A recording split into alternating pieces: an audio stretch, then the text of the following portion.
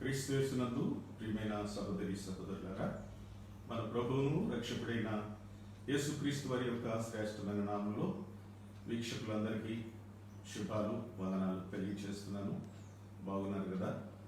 దేవుని మహాకృప చేత ఈ కరోనా కష్టకాలంలో ప్రభు మనలందరినీ కూడా తన బలీయమైన చేతుల కింద కాపాడి ఇంతవరకు మనలను అందరినీ కూడా క్షేమంగా ఉంచినందుకు దేవునికి కృతజ్ఞతలు వందనాలు మనం తెలియచేయాలి. మరోసారి ఈ విధంగా దేవుని వాక్యం వినడానికి ప్రభు అనుగ్రహించిన గొప్ప అవకాశాన్ని బట్టి నేను ప్రభువుకి కృతజ్ఞతలు వందనాలు తెలియజేస్తున్నాను. చిన్న మాట దేవుని వాక్యం గురించి మనం చదువుకుని ప్రార్థన చేసుకుని మన ధ్యానాన్ని ఆరంభిద్దాం. దానికి ముందుగా ఈ యొక్క ప్రస్తుత కరోనా కాలంలో ఈ వ్యాధిని దేవుని పిల్లలంగా విశ్వాసులంగా మనం ఎలాగున అర్థం చేసుకోవాలి అనేది చాలా ప్రాముఖ్యమైనటువంటి సంగతిగా మీరు గుర్తించాలని నేను ప్రభు పేట మనవి చేస్తున్నాను. చాలా మంది దీని గురించినటువంటి రకరకాల అభిప్రాయాలు, రకరకాల విధానాలు మాట్లాడుతూ ఉండడం ప్రస్తుత దినాల్లో మనం గమనిస్తూ ఉన్నాం. అందుచేత దేవుని వాక్యం ఏం చెప్తుంది అంటే దీన్ని మనం చాలా జాగ్రత్తగా వాక్యానుసారంగా మనం అర్థం చేసుకోవాల్సినటువంటి అవసరత ఉంది అనే విషయాన్ని నేను ప్రభువు పేరిట జ్ఞాపకం చేస్తూ ఉన్నాను. గమనించండి, corona and the universal church అని అర్థం చేసుకోవాలి. కరోనా దాంతో పాటు సార్వత్రిక సంఘం ఎలాగున ఉంది, దీనికి దానికి సంబంధం ఏంటి అనే సంగతిని మనం అర్థం చేసుకోవాలి. రెండవదిగా చాలా ప్రాముఖ్యమైన సంగతి corona and the Israel, corona మరియు ఇశ్రాయేలీలు అనేటువంటి విషయాన్ని మనం స్పష్టంగా అర్థం చేసుకోవాలి. మూడో సంగతి మనం బాగా గుర్తించాల్సింది ఏంటంటే corona and the world, corona మరియు ప్రపంచం, ఈ మూడు కోణాలలో మనం అర్థం చేసుకున్నప్పుడు మనకి ఖచ్చితమైనటువంటి జవాబు పరిశుద్ధ గ్రంథమైనటువంటి బైబిల్లోంచి బయటపడుతుంది అనే విషయాన్ని నేను ప్రభు పేరిట జ్ఞాపకం చేస్తూ ఉన్నా. ఎందుకనంటే చాలా మంది దీని గురించి రకరకాల అభిప్రాయాలు వ్యక్తం చేస్తున్నారు. అందులో ఒక ప్రత్యేకమైన మాట ఏంటంటే అందరూ అంటున్నారు ఇది దేవుని ఉగ్రత అని అంటున్నారు. దేవుని యొక్క ఉగ్రత అంటున్నారు. చాలా జాగ్రత్తగా వినాలి. ఇందులో ఏదైనా అనుమానాలు ఉంటే మళ్ళా సందేహాలు నివృత్తి చేసుకోవడం కోసం నాతో మాట్లాడచ్చు. అదేంటనంటే ఇది ప్రపంచం మీదకి దేవుడు పంపించిన ఉగ్రత అని చాలా మంది మాట్లాడుతున్నారు. Not at all. ప్రపంచం మీదకి దేవుడు పంపించిన ఉగ్రత మాత్రం కాదు, ఖచ్చితంగా చెప్పవచ్చు. మనకి ఎలాగ అర్థం అవుతుందంటే బైబిల్ చరిత్ర అర్థం చేసుకున్నప్పుడు ఈ సత్యం మనం స్పష్టంగా గుర్తిస్తాం. ఇప్పుడు వాక్యంలో మొట్టమొదట ఆదికాండ గ్రంథం 6వ అధ్యాయంలో ప్రభు ఏం చెప్పాడంటే ఈ యొక్క భూమిని జలప్రళయం చేత నాశనం చేస్తానని చెప్పాడు. అలాగా చేశాడు. ఆ తర్వాత మరలా ఏమన్నాడంటే ఇంకెన్నడూ కూడా ఈ భూమిని నేను అదేంటంటే అగ్ని చేత ఈ లోకాన్ని నాశనం చేస్తాను అన్నాడు. రెండు మాటలు బాగా గుర్తుంచుకోవాలి, flood and fire. Flood and fire. మొదట నీళ్లతో ఆయన నాశనం చేశాడు, రెండవది అగ్నితో నాశనం చేస్తాడు. చాలా జాగ్రత్త. అంచేత నీళ్లతో ఆల్రెడీ నాశనం చేశాడు, ఇంకెన్నడూ చేయలేని ఇంద్రధనుస్సును ఆయన వాగ్దానంగా మనకు తెలియచేశాడు.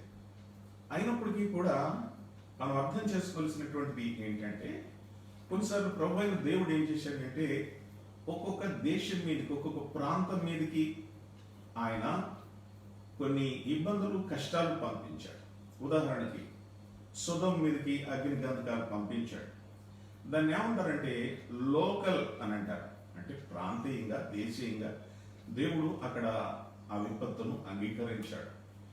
సొదొమ మాత్రమే కాదు, ఈజిప్ట్ మీద కూడా కొన్ని తెగుళ్ళు పంపించాడు ఆ కాలంలో. అవి లోకల్ అంటే కొంతవరకు మాత్రమే. ఎప్పుడైతే ప్రపంచం అంతటి మీదకి ఒక శిక్ష వస్తుందో దాన్ని ఏమంటారంటే ఉగ్రత అని అంటారు. అది మనం చిన్న చిన్న విషయాల్ని అవి భూతద్దంలో వేసి చూసుకుని అదే తాత్పర్యం అని అనుకోకూడదు. రకరకాలుగా చెప్తారు మనుషులు. పక్కాగా ఖచ్చితంగా చెప్పాలని అంటే ఈ రెండు మాటలు మనం అర్థం చేసుకోవాలి. ఒకటి నీళ్లతో నాశనం చేయడం, రెండవది అగ్నితో నాశనం చేయడం అనేది మనం అర్థం చేసుకోవాలి. గత లైవ్లో నేను చెప్పాను. లైవ్లో చెప్పినటువంటి ఆ విషయాలు ఏంటి అని అంటే ఇలా చెప్పాము. అదేమన్నా అంటే 1720 సంవత్సరంలో ప్లేగు వచ్చింది అని చెప్తున్నాం. 1720. 1820లో కలరా వచ్చింది. 1820లో కలరా వచ్చింది. ఆ తర్వాత 1920లో స్పానిష్ ఫ్లూ వచ్చింది. 2020లో కరోనా వచ్చింది. కనుక ప్రతి 100 సంవత్సరాలకి ఒక మహమ్మారి ప్రపంచం మీదకి వస్తుంది. ప్రభువే దానిని పంపిస్తున్నాడు అనేది మనకు అర్థం అవుతుంది. అంచేత ఆ రోజుల్లో వచ్చినటువంటి ఈ భయంకరమైనటువంటి విపత్తులు లేకపోతే ఉగ్రత వల్ల ఏం జరిగిందంటే దాదాపుగా ప్రపంచ లెక్కల ప్రకారం మనం గమనించినట్లయితే 30 లేక 40 కోట్ల మంది వరకు మరణించారని మనం చూస్తాం. ఈ పాయింట్ పట్టుకోవాలి. 30 లేక 40 కోట్ల వరకు మరణించారు. దేవుని మహాకృప చేత ఇప్పుడు అంతమంది మరణించలేదు. దేవుని స్తోత్రం. మరణించాలని మన కోరిక కాదు, విషయం కోరిక అర్థం చేసుకున్నాం. అందుచేత ఇది దేవుడు పంపించిన ఉగ్రత కాదు అనేది మనం స్పష్టంగా అర్థం చేసుకోవాలి. ఎందుకనంటే మనకు రెండు విషయాలు బాగా అర్థం కావాలి. నెంబర్ 1, మొదటిది ఏంటంటే మనందరికీ తెలిసినట్లుగా చైనా ప్రక్కన ఉన్నటువంటి వియత్నాంలో ఒక్క కేసు కూడా లేదు. మళ్ళీ చెప్తాను, రిపీట్ చేస్తాను. చైనా పక్కనే ఉంది వియత్నాం. ఆ వియత్నాంలో ఒక్క కేసు కూడా లేదు. ఉగ్రత అయితే ప్రపంచం అంతటా ఉండాలరా? అది ఉగ్రత అంటే ప్రపంచం అంతా ఉంటేనే అది ఉగ్రత. చైనాలోని వుహాన్ నగరంలో ఈ కరోనా పుట్టింది, కానీ ఆ పక్కన ఉన్నటువంటి ఆ యొక్క వియత్నాంలో ఒక్క కేసు కూడా నమోదు కాలేదు. At the same time Iran విలవిలలాడిపోతుంది. ఇరాన్ విలవిలలాడిపోతుంది, చాలా ఎక్కువే ఉన్నాయి. ఆ పక్కన ఉన్నటువంటి తుర్కమిస్తాన్ అనేటువంటి ఆ దేశంలో ఒక్క కేసు కూడా లేదు. మీరు చెప్పండి, ఇప్పుడు దేవుడు ఉగ్రత అయితే ప్రపంచం అంతా ఉండాలి కదా. దేవుడు ప్రపంచాన్ని అంతటినీ కదా 6వ అధ్యాయంలో నాశనం చేసింది. అంచేత కొన్ని చోట్ల ఉండి కొన్ని చోట్ల లేకపోతే అది దేవుని ఉగ్రత కాదు. వాడు చాలా జ్ఞానంగా ముందే ఏం చేశారంటే కరోనాను కట్టడి చేశారు, జ్ఞానాన్ని ఉపయోగించారు. ఇప్పుడు ఎందుకు జరిగింది మనం ఆలోచిస్తే మనకు అర్థమవుతుంది. కట్టడి చెయ్యక, దాని కొరకైనటువంటి నిబంధనలు సరిగా పాటించక, విచ్చలవిడిగా భయం లేకుండా జీవించడం వల్ల ఏం జరిగిందంటే ఈ ఇబ్బందులు ఏర్పడ్డాయని చెప్పి మనం గుర్తించాలని నేను ప్రభు పేట జ్ఞాపకం చేస్తున్నాను. నేను ఇందాకే చెప్పాను, ప్రపంచం మీదకి దేవుడు కొన్నిసార్లు కావాలని విపత్తులు పంపించేటప్పుడు అవి జాగ్రత్తగా లేఖనాల్లో ఉందా లేదని చూసి గుర్తించవలసిన అవసరం ఉంది. Number 1, corona and the universal church. Corona సార్వత్రిక సంఘం అని ఆలోచించినట్లయితే మనకు తెలుసు కదా, సంఘం ఎప్పుడు పుట్టింది? అపోస్తుల కార్యాలయంలో 2వ అధ్యాయంలో పుట్టింది. 2వ అధ్యాయంలో సంఘం ఆవిర్భవించింది. 5వ అధ్యాయంలో ఒక ఇంటర్నల్ సమస్య వచ్చింది, అననీయ సప్ఫీరా. 6వ అధ్యాయంలో సంఘంలో ఒక ఇంటర్నల్ సమస్య వచ్చింది. పేతురు ఆ సంఘంలో ఇవన్నీ పంచిపెడుతున్నప్పుడు కూడా లోక సంబంధమైన ఇంటర్నల్ గా లోపల నుంచే ఒక సమస్య వచ్చింది. ఓకే, ఇకపోతే మనం గమనిస్తున్నప్పుడు ఇంకొక మాట చాలా విచిత్రమైనది ఏంటంటే 8వ అధ్యాయంలో సంఘంలోకి శ్రమలు వచ్చాయి. ఎలా వచ్చాయంటే పౌలు రూపంలో వచ్చింది. పౌలు వాక్యం ప్రకటిస్తున్నాడు, అది అందరూ అంగీకరించలేదు. ఆ రకంగా బయట నుంచి వచ్చినట్టుగా మనం చూస్తాం. ఇక 11వ అధ్యాయంలో మాట చాలా శ్రేష్టమైనది. క్లౌదియా చక్రవర్తి కాలంలో అగబు అనే ప్రవక్త ప్రవచించినప్పుడు ఆ దేశం అంతటి మీదకి వచ్చింది. అప్పుడు ఉన్న దేశం ఎంతో అంతటి మీదకి వచ్చింది. అది జాతీయ విపత్తు అని మనం గుర్తించాలి. అంచేత ఉగ్రత అంటే అది ఏదో ఒక ప్రాంతానికి వచ్చి ఒక ప్రాంతానికి రాకపోతే దేవుని ఉగ్రత మాత్రం కాదు అని మనం అర్థం చేసుకోవాల్సిన అవసరం ఉంది. అంచేత the relation between corona and the universal church, ఇది ఈ రీతిగా వాక్యంతో మనం అర్థం చేసుకోవాలి. అగబు కాలంలో వచ్చినటువంటి ఫ్యామిన్, కరువులో సంఘం కూడా అనుభవించింది. అందుకే యెరూషలేము సంఘంలో ఉన్నటువంటి వారు నిధులు పోగేసి పేదలకు అందించారని మనం చూస్తాం. ఇది చాలా శ్రేష్టమైనటువంటి మాటగా గుర్తించాలని జ్ఞాపకం చేస్తాం. Number 2, corona and Israel. Israel దేశాన్ని మనం ప్రతి సందర్భంలో జ్ఞాపకం చేసుకోవాలి. ఎందుకని? దేవుడు ఇస్రాయేల్ పట్ల ఒక ప్రత్యేకమైనటువంటి బాధ్యత కలిగి ఉన్నాడు. గ్యారంటీగా అన్ని నెరవేరుతున్నాయి. అందుచేత ఇది ఇస్రాయేల్తో మనం అర్థం చేసుకోవాలి. ఇస్రాయేల్కి ఇప్పుడు ప్రభు ఏం చేస్తున్నాడంటే రిహార్సల్ చూపిస్తున్నాడు. అంటే నాటకానికి ముందు రిహార్సల్ వేస్తారు కదా, రిహార్సల్ చూపిస్తున్నాడు ఇస్రాయేల్తో. ఇదిగో రాబోయే దినాల్లో ఇలా జరుగుతుంది, బీ కేర్ఫుల్ అన్నట్టుగా ఇస్రాయేల్కి రిహార్సల్ చూపిస్తున్నాడు. ఆలకించాలి మాట. ఈ రిహార్సల్తో వాడు కొంత తెలుసుకోవడానికి దేవుడు ఈ ఏర్పాటు చేశాడు. అర్థమవుతుందా?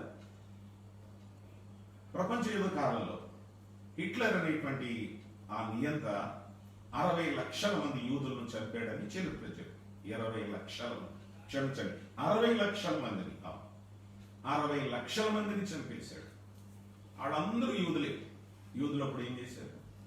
ఇది చరిత్ర చదివారా? యూదులు ఏం చేశారో తెలుసా? దేవుని మీద తిరగబడ్డారు, రివర్స్ అయ్యారు. రివర్స్ అయ్యి ఎలాంటి భావంలోకి వచ్చారో తెలుసా? హేతువాద భావంలోకి వచ్చారు. దేవుడే లేడు, ఉంటే ఎందుకు మాకు ఇలా జరుగుతుందని చెప్పి వాళ్ళు తిరగబడ్డట్టుగా చరిత్ర గ్రంథాలు చూస్తాం. అందుచేత కరోనా అండ్ ఇజ్రాయేల్. చాలా మంది అనుకున్నారు ఈ కరోనా వల్ల చాలా మంది మార్మన్స్ పొందేస్తారు, చాలా మంది రక్షించబడిపోతారు అనుకున్నారు. నో, మనుషులు ఎలాంటి విపత్తులకు లొంగిపోయి జీవితాలు మార్చుకోవడం అనే సంగతి చాలా అసాధ్యమైన సంగతి. ఏదో 100కి ఎక్కడో 1, 2 చూస్తాను తప్ప మిగతా వారందరూ కూడా స్తబ్దతగా ఉంటారంతే, తప్పించుకునే వరకు ఉంటారు. ఏదో సంఘాలు ఉద్యమం పడ్డాయి, ప్రార్థనలు బాగా చేసేస్తున్నాయి, ఇంకా ఇదేదో జరిగిపోతుంది, అవన్నీ వాస్తవాలే. కానీ ఇది ఉపశమనంలాగే చూసుకున్నారు. కానీ నిజంగా లోతైన శక్తివంతమైన భక్తి విశ్వాసంలో కానీ సంఘాల్లో కానీ అంతగా రాదు. ఏదో కొద్ది మటుకు పనిచేస్తాం. అందుచేత కరోనా అండ్ ఇజ్రాయెల్ ఈ కోణంలో మనం ధ్యానం చేయాలి. నంబర్ 3, మూడోది ఏంటంటే corona and the world. Corona ప్రపంచానికి ఏం చేసింది? ఈ రెండింటికి మధ్య మనం ఆలోచించినట్లయితే ప్రభు అయిన దేవుడు ప్రపంచానికి బుద్ధి చెప్పడానికి, ఉగ్రత కాదు, బుద్ధి చెప్పడానికి. అర్థమైందా? చాలా సంవత్సరాల క్రితం 2011లో అమెరికాలో న్యూయార్క్లో WTC బిల్డింగ్స్ కూలిపోయాయి, ఉగ్రవాదుల వల్ల కూలిపోయాయి. గమనించండి. ఇప్పుడు కూడా న్యూయార్క్లోనే ఎక్కువ కరోనా జరిగినట్లుగా లెక్కలు చెప్తా ఉన్నాయి. అంటే దీని అర్థం ఏంటంటే మనుషులు తమ జ్ఞానాన్ని బట్టి, తెలివితేటలను బట్టి, ఇంకా ఏదేదో రకంగా గర్వించి దేవుని కంటే తమను హెచ్చుగా చేసుకున్న విధానాన్ని బట్టి ఏం జరుగుతుందంటే దేవుడు తన ఒక టైం వాళ్ళకి ఇస్తున్నాడు, వాళ్ళని తెలుసుకోవడానికి ఒక అవకాశం ఇస్తున్నాడు. అందుచేత ఏం జరిగిందంటే మనుషుల యొక్క జ్ఞానాన్ని దేవుడు వాక్యం ద్వారా వాళ్ళకి పాఠం చెప్తున్నాడు, బుద్ధి చెప్తున్నాడు. మీరు మీ మీద ఆధారపడకండి, నా మీద ఆధారపడండి, నేనే దేవుడును, ఊరకుండుడి, నేనే దేవుడిని మీరు తెలుసుకున్నాడని యెహోవా సెలవిచ్చుచున్నాడు అన్నాడు కదా. అందుచేత వారికి ఒక పాఠం నేర్పించడానికి అని మనం అర్థం చేసుకోవాలి. ఇంకో మాట చెప్తే మీకు బాగా అర్థమైపోతుంది. చైనా దేశం ఇలాగ అనుకుంది, నేను అమెరికా కంటే సూపర్ పవర్గా ఉండాలనుకుంది. Super power. ఇప్పుడు చైనాకి ఏమైందో తెలుసు కదా, దేవుడు కుదేలు చేశాడు. ఇంకా దాని జీవితంలో చైనా ఎన్నడూ సూపర్ పవర్ కాలేదు అనేది మనకు అర్థమైపోతుంది. లూకాసు వార్త మీకు తెలుసు 14-11 చదివినట్లయితే తను తాను హెచ్చించుకున్నవాడు తగ్గించుకోండి, ఒక్క దెబ్బ కొట్టాడు అనమాట. కనుక మనుషుల జ్ఞానాన్ని, మనుషులు తమకున్నటువంటి గర్వాన్ని, అతిశయాన్ని బట్టి వాళ్ళు హెచ్చించుకుంటా దేవుని కంటే ఎక్కువగా మేము జ్ఞానం గలవాడం అనుకున్నట్లుగా వాడు పనిచేస్తున్నప్పుడు ప్రభు ఏం చేస్తున్నాడంటే గర్వాన్ని అనపడానికి దేవుడు చిన్న చిన్న పాఠాలు, ఇది ఒక చిన్న లెసన్ అంతే అని నేను జ్ఞాపకం చేస్తాను. ఈ విధంగా దేవుని వాక్యాన్ని మనం అర్థం చేసుకోవాలి. అయితే విశ్వాసిగా మన బాధ్యత ఏంటి? లేఖనాలు ఏం చెప్తున్నాయి? వచనం చదివి నా పాఠంలోకి వచ్చేస్తాను. రోమీయులకు రాయబడిన పత్రిక 8వ అధ్యాయం 18వ వచనం చదువుతున్నాను చూడండి. 8-18. క్రీస్తు ప్రేమ నుండి మనలను ఎవడు ఎడబాపును. 18వ వచనంలో మన ఎడలో ప్రత్యక్షము కాబో మహిమ ఎదుట ఇప్పటి శ్రమలు ఎన్నతగినవి కావని ఎంచుకొచ్చును. ఇవన్నీ కావని అంతే, ఇవి పెద్ద ఎన్నతగినవి కాదని 18లో చెప్పి 35లో ఏమన్నాడు తెలుసా? క్రీస్తు ప్రేమ నుండి మనం ఎడబాపు వాడేవాడు అని శ్రమైనను, బాధైనను, హింసైనను, కరువైనను, వస్త్రహీనతైనను, ఉపద్రవమైనను, ఖడ్గమైనను మనలను దేవుని నుండి, దేవుని ప్రేమ నుండి ఎడబాపును. అందుచేత మనం బాగా గుర్తుంచుకోవాల్సింది ఏంటంటే, విశ్వాస జీవితంలో ఇటువంటి సంగతులు చాలా జరుగుతూ ఉంటాయి. అవి మనం బాగా జాగ్రత్తగా అర్థం చేసుకుని భక్తి జీవితాన్ని కాపాడుకోవాలని మనం చేస్తున్నాం. Thank you. మనం పరమగీతాల గ్రంథం 2వ అధ్యాయం 1వ వచనం చదివి ప్రార్థన చేస్తాం. పరమగీతాల గ్రంథం 2వ అధ్యాయం 1వ వచనం నిన్న మనం ప్రకటించాం. దీని మీద ఈరోజు మన సందేశం ఉంటుందని ఒక 5-10 నిమిషాలు వచ్చి ఓపికగా వినండి. దేవుడు మనతో మాట్లాడినట్లుగా మనం కనపడదాం. నేను షారోను పొలములో పోయి పుష్పం వంటి దానను, లోయలలో పుట్టు పద్మమి వంటి దానను. పరమగీతాల గ్రంథం 2వ అధ్యాయం 1వ వచనం మళ్ళా చదువుతున్నాను. నేను షారోను పొలములో పోయి పుష్పం వంటి దానను, లోయలలో పుట్టు పద్మం వంటి దానను. ఇది తెలుగులో ఇలాగ, ఇంగ్లీష్ బైబిల్ అలా లేదు. అక్కడ కొంచెం మార్పు ఉంది, అది కూడా మీరు గ్రహించాలి. I am a rose of Sharon, a lily of the valleys. I am a rose of Sharon, a lily of the valleys. తెలుగులో రోజ్, గులాబీ అనే మాట లేదు, ఇంగ్లీష్లో ఆ మాట. ఈ వచనాన్ని మనం ధ్యానం చేస్తాం. 7 మాటలు నేను చెప్తాను, దీన్ని 4 భాగాలు చేస్తాం. ఈ ఒక్క వచనాన్ని 4 డివిజన్స్గా చేసి 7 వర్డ్స్ నేను చెప్తాను. ప్రార్థన చేసుకుందాం. కరుణా సంపన్నుడైన మా ప్రియ పరలోకపు తండ్రి, ఈ మా ప్రభు దినంలో ఈ విధంగా నాయన మీ వాక్యం ద్వారా మేము కొంత తెప్పరగడానికి, వాక్య సత్యాన్ని మేము తెలుసుకోవడానికి మాకు అనుగ్రహించిన మంచి సమయాన్ని బట్టి నీకు స్తుతులు చెల్లిస్తూ, ముందున్నటువంటి ధ్యానంలో మీ దేవదాసుని జ్ఞాపకం చేసుకొని వీక్షిస్తున్న మా ప్రియులందరికీ కూడా మీరు మేలును, ఆశీర్వాదాన్ని అనుగ్రహించమని, ఈ లేఖనాల ద్వారా మేము ఎలాగా మారాలో, ఎలా జీవించాలో మాకు నేర్పించమని క్రీస్తు యేసు వారి పరిశుద్ధ నామములో సహాయం కోరి ప్రార్థన చేస్తున్నాము తండ్రి. ఆమేన్. ప్రభునందు ప్రియమైన దేవుని బిడ్డలారా, పరమగీతాల గ్రంథం, బైబిల్ గ్రంథంలో 66 పుస్తకాలు ఉన్నాయి. అన్నిట్లో కంటే కష్టమైన పుస్తకం ఏంటంటే పరమగీతాల గ్రంథం. నన్ను ఎవరైనా బ్రదరు మీరు పరమగీతాల మీద బైబిల్ స్టడీ చెప్పండి అని అంటే అన్ని పుస్తకాల ముందు నేను సిద్ధపడతాను, కానీ పరమగీతాల గ్రంథం ఆఖరిలో తీసుకుంటాను. ఎందుకంటే హార్డెస్ట్ బుక్ అన్నమాట, చాలా కష్టమైనటువంటి పుస్తకం. అఫ్కోర్స్ చాలా మంది తనకు తోచినట్టుగా మాట్లాడే వాళ్ళు ఉన్నారు, అందులో కొన్ని వాస్తవాలు ఉన్నాయి, కొన్ని సరైన లేవు. కానీ పరమగీతాల గ్రంథం చాలా కష్టమైనటువంటి గ్రంథం. పరమ అంటే మనకు తెలుసు కదా, పరమ అంటే చాలా పెద్ద అనే అర్థాన్ని చూపిస్తాం. కనుక ఇంగ్లీష్లో దీన్ని song of songs, song of songs, king of Kings అంటాం, లార్డ్ ఆఫ్ లార్డ్స్ అంటాం. గమనించండి, పరమ అంటే అదొక పెద్ద పదం. మనం కొన్నిసార్లు ఎలా చెప్తాం కదా, దుర్మార్గుడు అని చెప్పేదానికి ఇంకో మాట చెప్పాం, పరమ దుర్మార్గుడు అంటాం కదా.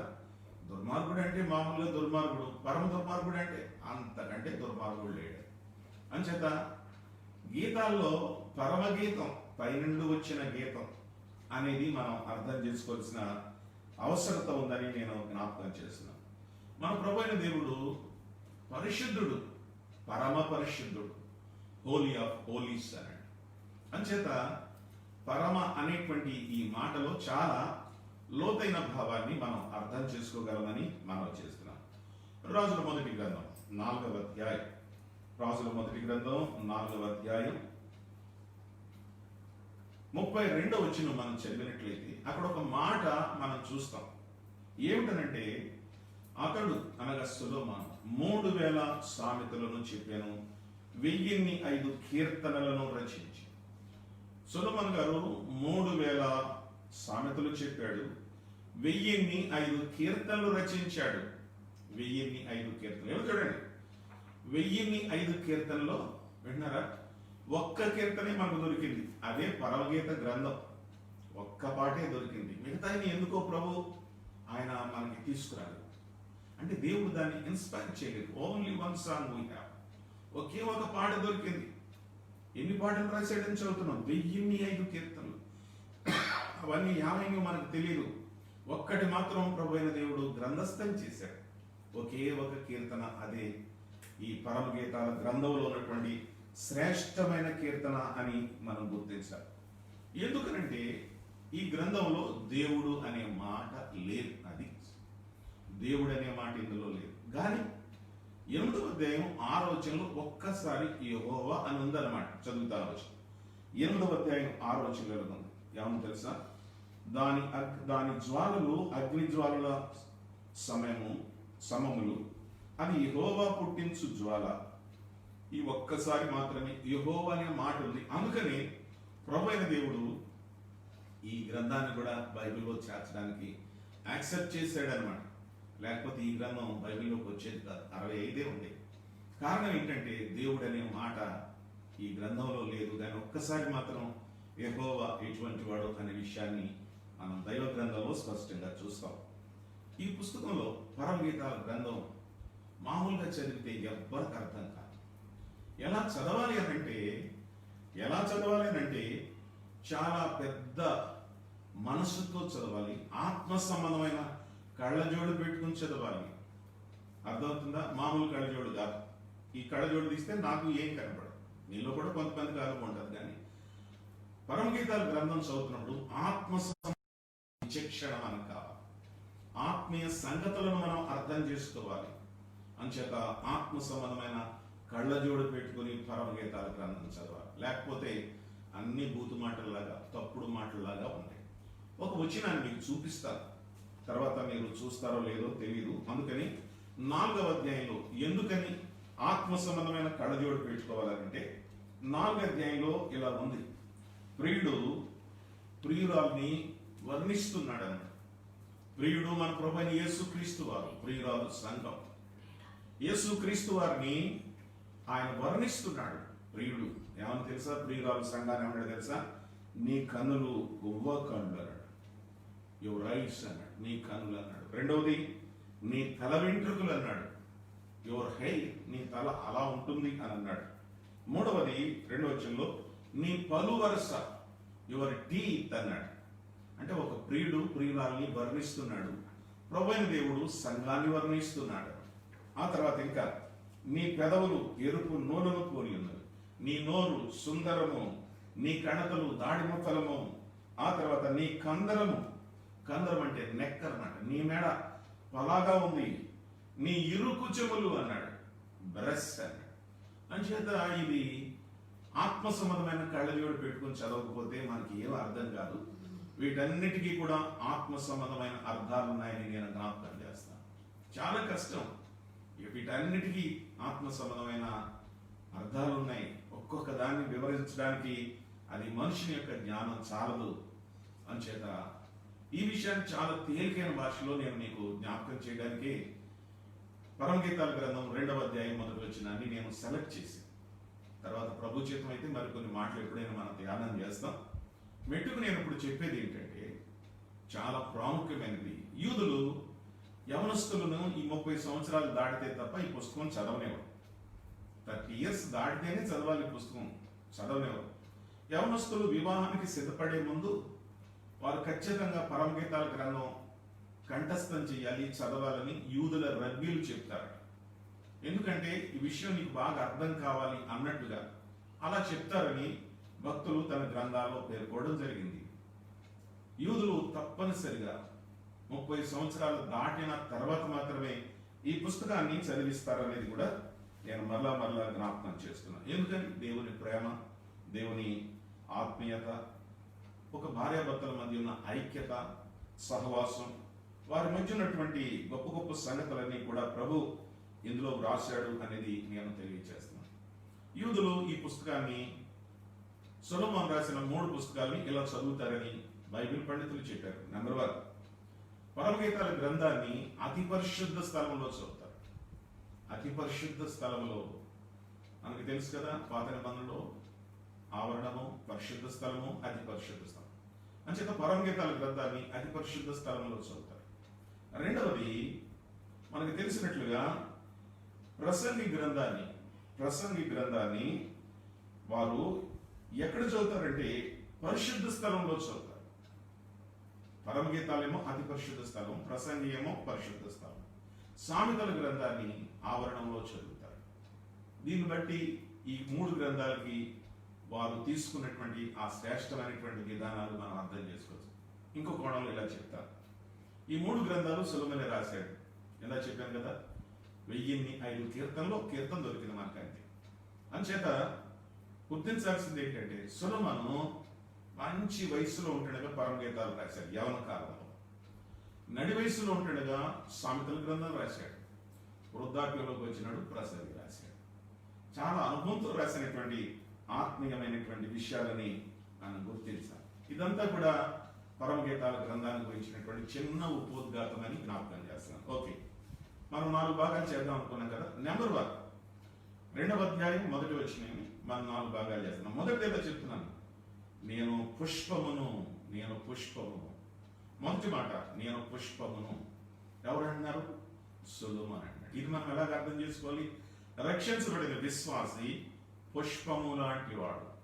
ఆయన ఫ్లవర్, పుష్పము వంటి వాడు. పుష్పానికి చాలా లక్షణాలు ఉన్నాయి. ఇక్కడ మాత్రం ఒక లక్షణం చెప్తాను, తర్వాత మరికొన్ని లక్షణాలు చెప్తాను. పుష్పం అనగానే మెత్తగా ఉంటుంది. పుష్పం అనగానే సువాసనిస్తుంది. మనం ఇక్కడ మెత్తని అర్థాన్ని మనం తీసుకుంటాం. ఒక విశ్వాసి పుష్పములా ఉండాలి. పుష్పం అనగా మెత్తగా ఉండాలి. మెత్తగా ఉండాలంటే అర్థం ఏంటి? ఈ మాటను బైబిల్లో మనం డీకోడ్ చేసినట్లయితే, నూతన నిబంధనకు కానీ పాత నిబంధనకు కానీ ఈ మాటను మనం డీకోడ్ చేసినట్లయితే మనకి ఏం కనిపిస్తుందంటే, మృదువైన వాడుగా ఉండాలి. రక్షించబడిన విశ్వాసి ఎలా ఉండాలి తెలుసా? సున్నితత్వంగా, మృదువుగా ఉండాలి అనే విషయాన్ని ప్రభు జ్ఞాపకం చేస్తారు. అనగా సాత్వికులై ఉండాలి. సాత్వికులై ఉండాలి. కొంతమంది ప్రభుని నమ్ముకుంటారు కానీ వారి జీవితంలో ఎన్నడూ సాత్వికమే కనపడదు. అసలు నమ్ముకుంటారు, మందిరానికి వెళ్తారు, కానుకలు వేస్తారు, పాటలు పాడతారు, ఆరాధన చేస్తారు, రొట్టె తింటారు, రసం తాగుతారు, ఇవన్నీ జరుగుతాయి. కానీ సాత్వికం అంటే తగ్గించుకునేటువంటి మనసు వారి జీవితంలో రాదు. అలాంటి వాళ్ళు ఏమంటారంటే గీర క్రైస్తవులు అంటారు. గీర, వాళ్ళు మామూలుగా మందిరానికి వెళ్ళి క్రైస్తవులే కనుక వాళ్ళకి ఎంత గీరో చెప్పరు. వాక్యానికి లోబడరు. నువ్వు నాకు చెప్పేది ఏంటి, నాకు అంతా తెలుసు, ఆదికాండం నుంచి ప్రకటన గ్రంథం వాళ్ళకి అంతా తెలుసు అని చెప్పి విర్రవీగుతారు. సున్నితత్వం కానీ, సాధుత్వం కానీ, సాత్వికం కానీ వారి జీవితాల్లో కనబడదు అని మనం నేర్చుకుంటూ, విశ్వాసం ఎలా ఉండకూడదు, సున్నితంగా ఉండాలి అంటున్నాడు. ఇక్కడ సాధుత్వం కలిగి ఉండాలని విషయాన్ని ప్రభు జ్ఞాపకం చేస్తున్నాడు. పిల్లలను గమనించండి, లోకంలో అందరూ అన్నీ నేర్చుకుంటున్నారు. ఈ మధ్య కంప్యూటర్, ల్యాప్టాప్, ఇంటర్నెట్, జూమ్, అది ఇది అన్నీ మనకు అర్థం అవుతున్నాయి. భక్తులకు కూడా అన్నీ తెలుస్తున్నాయి. దాని అర్థం కాదు ఏంటంటే సాత్వికం ఒకటే రావట్లేదు. సాత్వికం రావట్లేదు. ఎందుకు రావట్లేదు సాత్వికం? ఒక వచనం చదివితే మీకు స్పష్టంగా అర్థం అయిపోతున్నాడు. ఎందుకు రావట్లేదంటే బైబిల్ ఇలా చెప్పింది. సాత్వికం అనేటువంటి లక్షణం పైకి రాకోకుండా ఒక పొరపాటు జరుగుతుంది. యాకోబు తన పత్రికలో 1వ అధ్యాయం 21వ వచనంలో రాశారు, అందుచేత సమస్త కల్మషమును, వెర్రవీగుచున్న దుష్టత్వమును మాని లోపల నాటబడి మీ ఆత్మలను రక్షించుటకు శక్తి గల వాక్యమును సాత్వికముతో అంగీకరించాడు. ఈ మాట వచ్చింది ఇక్కడ, సాత్వికముతో. వాక్యాన్ని సాత్వికంతో అంగీకరించకపోవడం వల్ల చూడండి, హృదయాలలో కల్మషం పైకి తేలిపోవడం వల్ల వాక్యం లోపలికి వెళ్ళాలి. అది ప్రాబ్లమ్. Note this point. వాక్యం లోపలికి వెళ్ళకపోవడానికి కారణం ఏంటండి? విర్రవీగుచున్న దుష్టత్వం, కల్మషం, ఇవన్నీ పైనే తిట్టులాగా తేలుతున్నాయి. అందుకని వాక్యం లోపలికి వెళ్ళడం లేదు. అంచేత వాడు సాత్వికులు కావడం. ఎన్ని సంవత్సరాలైనా దీనత్వం, సాత్వికం ఇటువంటివి వారి జీవితాల్లో కనబడడం లేదని చెప్పి దేవుని వాక్యం సెలవిస్తుంది. పేతురు తన పత్రికలో ఏం చెప్పాడు? ఒక వచనం జ్ఞాపకం చేయమంటారా? మొదటి పత్రిక 3వ అధ్యాయం 4వ వచనంలో చెప్పాడు, సాధువైనటినైన గుణమును, అక్షయ అలంకారం గల మీ హృదయపు అంతరంగ స్వభావము మీకు అలంకారం ఉండవలను, అది దేవుని దృష్టికి మిగుల విలువ కలదు. అందుకని బిలీవర్స్, రక్షించబడిన వారు, ప్రభువు నమ్ముకున్న వారు ఎలా ఉండాలని ప్రభు చెప్తున్నాడంటే సాత్వికులై ఉన్నాడు. యేసు ప్రభు గారు చెప్పారు మత్తయి సువార్త 11:29, నేను సాత్వికుడను, దీన మనసు కలిగిన వాడను. నా కాడి మీ మీద నేర్చుకోండి. Learn of me, learn from మీ. మనకు సాత్వికం ఎలా వస్తుందంటే వాక్యం ద్వారా వస్తుంది. వాక్యం బాగా అర్థమైతే దేవుని పిల్లలైన మనం సాత్వికులుగా దీనులుగా అవుతామనే విషయాన్ని నేను ప్రభు పేట జ్ఞాపకం చేయాలి. ఇంకో రకంగా చెప్పాలంటే లోకం ఒక క్రైస్తవుని గుర్తించడానికి ఉండవలసినటువంటి ఫస్ట్ క్వాలిటీ, దీన్ని ఏమంటారంటే స్ట్రైకింగ్ క్వాలిటీ, అలా ఇట్టే పసిగట్టగలిగినటువంటి ఒక మంచి లక్షణం ఏంటంటే సాత్వికం. It must be our striking quality. ఇది మనలో నుంచి లోకం చూడాలి. అప్పుడు క్రైస్తవులు సామాన్యులుగా, దీనులుగా, సాత్వికులుగా అవుతారని చెప్పి నేను జ్ఞాపకం చేస్తున్నాను. అబ్రహాం లింకన్ అమెరికా దేశానికి ప్రెసిడెంట్ అయ్యాడు. 8 సార్లు ఆయన ఓడిపోయాడు, 9వసారి విన్ అయ్యాడు. కనుక అబ్రహాం లింకన్ గారు ఏం చేశారంటే గొప్ప దైవజనుడు. ఈ రోజు కూడా చాలా మంది అబ్రహాం లింకన్ గారు చదివిన బైబిల్ మీద వారు దేశాధ్యక్షుడు అయినప్పుడు బైబిల్ మీద ప్రమాణం చేస్తారట. ఆయన బైబిల్ ఎన్నోసార్లు చదివాడట, బహు దీనుడు. ఆయన విన్నవుగానే ఆ సెనేటర్స్ని, మనం ఎంపీలు అంటాం కదా, అలాంటి వాళ్ళందరినీ, అధికారులను, భూస్వాములను, పెట్టుబడిదారులను, వీళ్ళందరినీ సమకూర్చాడట. సమకూర్చి ఫస్ట్ మీటింగ్ అరేంజ్ చేశాడు అన్నమాట. ఏమిటా మీటింగ్ అంటే కొన్ని శ్రేష్టమైన సంగతులు వారికి చెప్పి, అమెరికా దేశానికి బాగా పెట్టుబడులు పెట్టండి, ప్రభుత్వం మీకు సహకరిస్తుంది, మీకు రాయితీలు ఇస్తాం, ఇవన్నీ చెప్దామని ఫస్ట్ మీటింగ్ వైట్ హౌస్ లో అరేంజ్ చేస్తే చాలా మంది వచ్చారు. ఆ చక్కగా మీటింగ్ ఆరంభం కాబోతుంది. వెంటనే అబ్రహాం లింకన్ గారు లేచి లేడీస్ అండ్ జెంటిల్మెన్ అని తన ప్రసంగాన్ని ఆయన ఆరంభించాడు. ఈలోగా ఒక వ్యక్తి ఆ సభలో లేచి తన కాలుకున్నటువంటి బూటు తీసి ఇలా చూపించాడట అబ్రహాం లింకన్ గారు. అబ్రహాం లింకన్ గారు మౌనం వహించి చెప్పండి సార్ అన్నాడు. అప్పుడు అతడు ఎలాగన్నాడట, అదృష్టం కలిసి వచ్చి అమెరికాకి అధ్యక్షుడు అయ్యావు, నువ్వేదో మాట్లాడుతున్నావు, మీ నాన్న ఈ నా బూటు కుట్టాడు, మా ఇంట్లో అందరు బూట్లు మీ నాన్నే కుట్టాడు, మా ఇంట్లోనే కాదు ఈ సభలో చాలా మంది బూట్లు కుట్టుంటాడు, మీ నాన్న బూట్లు కుట్టుకునేవాడు, చెప్పులు కుట్టుకునేవాడు అన్నాడట. కానీ ఆ సమయంలో అబ్రహాం లింకన్ చిటికేస్తే చాలు సైనికులు వస్తారు, పోలీసులు వస్తారు. ఒక చిటికి ఒక అర్థం, 2 చిటికలు వేస్తే ఇంకొక అర్థం, 3 చిటికలు వేస్తే ఇంకొక అర్థం, ఇవన్నీ జరుగుతాయి. కానీ చాలా స్తబ్దతగా, మౌనంగా, సమయం పాటించి చెప్పడం అయిపోయిందని అడిగాడట. అయిపోయిందని చెప్పగానే ఇలాగన్నాడట. ఏమన్నాడు తెలుసా? మా నాన్న చెప్పులు కుట్టుకునేవాడే, బొట్లు కుట్టుకునేవాడే, మా నాన్న బూట్లు కుట్టాడంటే కరెక్ట్గా కొడతాడు, ఏం తేడా, పక్కాగా కొడతాడు. ఈ సభలో కానీ, మీ ఇంటి దగ్గర కానీ, మీ ఎవరి బూట్ అయినా ఒకవేళ తేడా వచ్చి తెగిపోయినా నా నెంబర్ ఇదిగో, ఫోన్ చేయండి.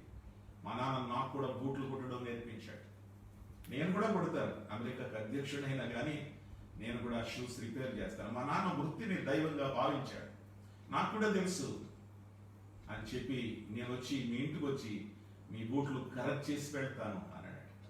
దీన్ని ఏమంటారు? సాత్వికం అనరా? ఎంత మంచి సాత్వికం! నేను అన్నాను, దేశాధ్యక్షుడైనటువంటి వ్యక్తి అంత సాత్వికం కలిగి తగ్గించుకుని తను తాను ఆయన రిక్తులుగా చేసుకుని ఆ గొప్ప సభలో గారి గురించి మీరు జ్ఞాపకం చేసినందుకు మీకు ధన్యవాదాలు అన్నాడు. క్రీస్తు యేసునందు ప్రియ వీక్షకులారా, అవును, ఈ దిక్కుమాలిన గుణం చాలా మందిలో ఉంటుంది. మనం పైకి వస్తే చూసి సహించలేనటువంటి వారు. అందుచేత లేఖనాలు చెప్పినట్టే సాత్వికులయ్యండి, సాత్వికులు. నేను పుష్పమును అంటే అర్థం ఏంటంటే నేను సాత్వికుడును అని అర్థం చేసుకోవాలి. బైబిల్ నుంచి ఒక ఉదాహరణ చెప్పిన సంఖ్యాకాండం 12:3 మోషే అంతకుముందు ఎలాంటి వాడు? కోపిష్టి. ఎంత కోపిష్టి? ఒక్క దెబ్బతో కొట్టాడు, ఒకటి చచ్చిపోయాడు. రెండో రోజును కూడా కొట్టడానికి ప్రయత్నం చేశాడు. ఆ వివరాలు వరకు ఎప్పుడో చెప్పుకున్నాం. పక్కోడు అన్నాడు, నిన్న వాడిని చంపినట్టు నన్ను కూడా చంపుతామన్నాడు. అక్కడి నుంచి గాలా పారిపోవడం జరిగింది. ఎక్కడికి వెళ్ళాడు? మిద్యాను అరణ్యానికి వెళ్ళాడు. ఎన్ని సంవత్సరాలు? 40 long years. 40 సంవత్సరాలు మిద్యాను అరణ్యంలో దేవుని పాదముల దగ్గర దేవుని సేవకుడైనటువంటి మోషే ఏమి నేర్చుకున్నాడంటే సాత్వికం నేర్చుకున్నాడు. అది పాట. ద ఇన్స్టిట్యూట్ ఆఫ్ లార్డ్స్, దేవుని యొక్క ఇన్స్టిట్యూట్ లో ఆయన సాత్వికాన్ని నేర్చుకున్నాడు. సాత్వికాన్ని నేర్చుకున్నాడు. 40 సంవత్సరాల టైం పట్టింది సాత్వికం రావడానికి. వీక్షకులారా, అవును, ప్రభు చెప్పాడు, మోషే భూమి మీద ఉన్న వారందరిలో కంటే మికిలి సాత్వికుడు, మికిలి సాత్వికుడు. గమనించండి, లార్డ్స్ ఇన్స్టిట్యూట్ ఆఫ్ మీక్నెస్ అనొచ్చేమో ఆ యూనివర్సిటీ. దేవుని సాత్వికపు పాఠశాలలో లోతైన సంగతులు నేర్చుకున్నాడు. అందుకే ప్రభు ఒక సర్టిఫికెట్ ఇచ్చాడు 12:3 సంఖ్యాకాండంలో. భూమి మీద ఉన్న వారందరిలో కంటే మోషే మిక్కిలి సాత్వికుడు. కనుక I'm a rose, I'm a flower అనంటే అర్థం ఏంటంటే సాత్వికతను మనం అర్థం చేసుకోవాలి, నేర్చుకోవాలని చెప్పి మొదటిగా దేవుని వాక్యాన్ని బట్టి నేను జ్ఞాపకం చేస్తాను. సాత్వికం నేర్చుకుంటే ఏం జరుగుద్ది గమనిస్తాను. దేవుని వాక్యం ఎలా చెప్పింది, నేను గబగబా ముందుకు వెళ్తాను. గొప్ప కార్యాలు ప్రభు మన ద్వారా చేస్తాడు. బైబిల్లో చెప్పింది, యేసు ప్రభు కొండ మీద ప్రసంగంలో చెప్పిన మాట, 5వ అధ్యాయం మత్తయి సువార్త 5వ వచనంలో, సాత్వికులు ధన్యులు, వారు భూలోకమును స్వతంత్రించుకోరు. భూలోకాన్ని స్వతంత్రించుకోవాలంటే మీక్నెస్, సాత్వికం కావాలన్నాడు. సామెతల గ్రంథం 14:30 వచనంలో, సాత్వికమైన మనసు శరీరములకు జీవము, మత్సరం ఎముకలకు కొళ్ళు. అంచేత సాత్వికంగా ఉండాలని ప్రభు జ్ఞాపకం చేస్తున్నాడు. మూడో మాట సామెతల గ్రంథం 15:4 వచనంలో, సాత్వికమైన నాలుక జీవవృక్షం, నాలుక జీవవృక్షం, దానిలో కుటిలతో నిండినడలా ఆత్మకు భంగం. అంచేత మన నాలుకలు సాత్వికంగా ఉండాలి, మన మనస్సు సాత్వికంగా ఉండాలి. ఎఫెసీ పత్రిక 4:3లో ప్రభు ఏం చెప్పాడంటే, సాత్వికముతో నడుచుకునవలనని నేను మిమ్మల్ని బ్రతిమాలుకొనుచున్నాను. విశ్వాసులుగా ప్రభు మనకి ఇచ్చేది ఏంటంటే దీనులుగా సాత్వికులుగా ఉండాలని ప్రభు కోరుతున్నాడు. కొలస్సీ పత్రిక 3వ అధ్యాయం 12వ వచనంలో, సాత్వికమును దీర్ఘశాంతమును ధరించుకొనుడి అన్నాడు. అంచేత సాత్వికానికి చాలా నిర్వచనాలు ఉన్నాయి, చాలా ఉన్నాయి. అంచేత ఐఎమ్ ఏ ఫ్లవర్ అనంటే మనము సాత్వికులమై ఉండాలనేది మొదటి తలం. నెంబర్ 2, రెండో మాట మనం ఇలా చెప్పుకున్నాం, నేను షారోను పొలములో పూసే పుష్పాన్ని అన్నాడు. మొదటిది ఐఎమ్ ఏ ఫ్లవర్, రెండవది I'm a flower like Sharon, నేను షారోన్ పొలములో పూసే పుష్పాన్ని అన్నాడు. గమనించండి, రెండో దీనికి 4 తాత్పర్యాలు చెప్తాను ఈ అంశంలో. ఒకటి, ఇక్కడ మనం గుర్తించాల్సింది ఏంటంటే పుష్పానికి ఉండేటువంటి లక్షణాల్లో ఇంకో లక్షణం ఏంటంటే వాసన, వాసన, వాసన, మంచి ఫ్రాగ్రెన్సీ. కొన్ని పువ్వులు వాసన వస్తాయి, కొన్ని పువ్వులు వాసన రావు. క్రైస్తవేతరులు దేవుడి దగ్గర పువ్వులు పెడతారు. వాళ్ళు ఏం పువ్వులు పెడతారంటే వాసన లేని పువ్వులు పెడతారు. నన్ను అడిగాను ఒకసారి ఒక సహోదరుని, ఏం సార్, మల్లెపూలు ఉంటాయి, గులాబీలు ఉంటాయి, మంచి ఫ్రాగ్రెంట్ ఫ్లవర్స్ చాలా ఉంటాయి కదా, రోడ్డు పక్కన ఉన్న చెత్త పూలెట్టుకెళ్ళి పెడతారు ఏంటి అని అంటే, ఆయన దానికి ఒక మంచి అర్థం అని చెప్పాడు. ఏమని అర్థం చెప్పాడంటే, దాని అర్థం ఇది సహోదరుడు అని చెప్పి, నేను వాసన లేని దాను, నేను వాసన లేని వాడను, నాకేం చేత కాదు, నీ దగ్గరకు వస్తున్నాను, నాలో పరిమళ వాసన వచ్చేటట్టుగా చెయ్యి భగవంతుడా అని అర్థం అని చెప్పాడు ఆయన. అర్థమైందా? ఆ మాటలో కూడా ఒక మంచి తాత్పర్యం మనకు కనపడుతుంది. ఆ మాటలో కూడా ఒక మంచి తాత్పర్యం మనకు కనపడుతుంది. అవును, కానీ పువ్వులకు వాసన ఉండదు. బైబిల్ ఈ వాసన గురించి ఏం చెప్తుంది? ఎఫెసీ పత్రిక 5వ అధ్యాయం మనకు తెలిసింది. 5వ అధ్యాయంలో ఇలా ఉంది, 2వ వచనం, క్రీస్తు మిమ్మల్ని ప్రేమించి పరిమళ వాసనగా ఉండట కొరకు మన కొరకు తను తాను అర్పణం గాను బలిగాను అప్పగించుకున్నాను. అలాగనే మీరును ప్రేమ కలిగి నడుచుకోండి. మీరు జాగ్రత్తమే గాని ఏ విధమైన అపవిత్రత గాని లోభత్వమే గాని వీటి పేరేను ఎత్తకూడదు. పేరే మాట్లాడకూడదు, పేరే మాట్లాడకూడదు. ఒక బూతు మాట మాట్లాడితే ఎవరైనా ఆ మాట తిరిగి మనం రిపీట్ చేయకూడదు. అంత పరిశుద్ధంగా ఉండాలి. ఆమె ఫ్లవర్ లైక్ ఏ షారో అంటే మనం అంత పవిత్రులంగా ఉండాలని. ఇది తగదు అన్నాడు. ఎఫెసీ పత్రిక 5వ అధ్యాయం 3వ వచనం తగదు అన్నాడు. 4వ వచనంలో కూడా ఏమన్నాడు తెలుసా? ఇంకో మాట చెప్తాడు, మాట్లాడకుండా ఉండడమే, చెడ్డ మాట రిపీట్ చేయకుండా ఉండడమే తగినదని 4వ వచనంలో మీరు బూతులైనను పోకిరి మాటలైనను వీటిని మాట్లాడడం తగదు అన్నాడు.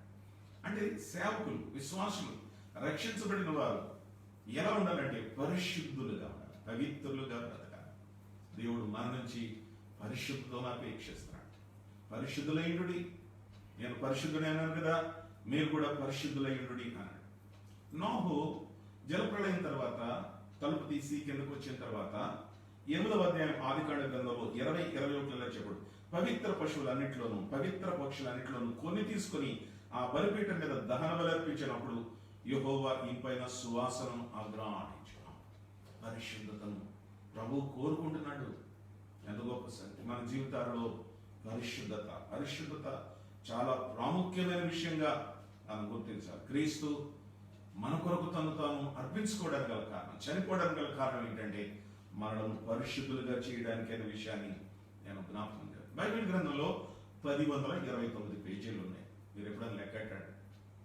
ఈ ప్రింట్లో 1029. ఆది కాండ గ్రంథం 1వ అధ్యాయం నుంచి ప్రకటన గ్రంథం 22వ అధ్యాయం వరకు 1029 పేజీలు ఉన్నాయి. డగ్లస్ అనే భక్తుడు ఒక మాట లెక్క పెట్టాడంటే ఆది కాండ 1వ అధ్యాయం నుంచి ప్రకటన వరకు ఏం లెక్క పెట్టాడంటే పరిశుద్ధత, పవిత్రత అనే మాట ఎన్నిసార్లు ఉంటుందని లెక్క పెడితే గమనించండి, 1085 సార్లు ఉందట. పేజీలు 1029 ఉంది, పరిశుద్ధత అనేది 1085 సార్లు. అంటే దీని అర్థం ఏంటి? బైబిల్ గ్రంథం ఏం చెప్తుంది? ప్రతి పేజీలో పరిశుద్ధత ఉంది అన్నమాట. In every page the word holy, పరిశుద్ధత అనే మాట ఉంది. ఇంకా చెప్పాలంటే పేజీలు మిగిలిపోయి పరిశుద్ధత అలాగే ఉండిపోయింది.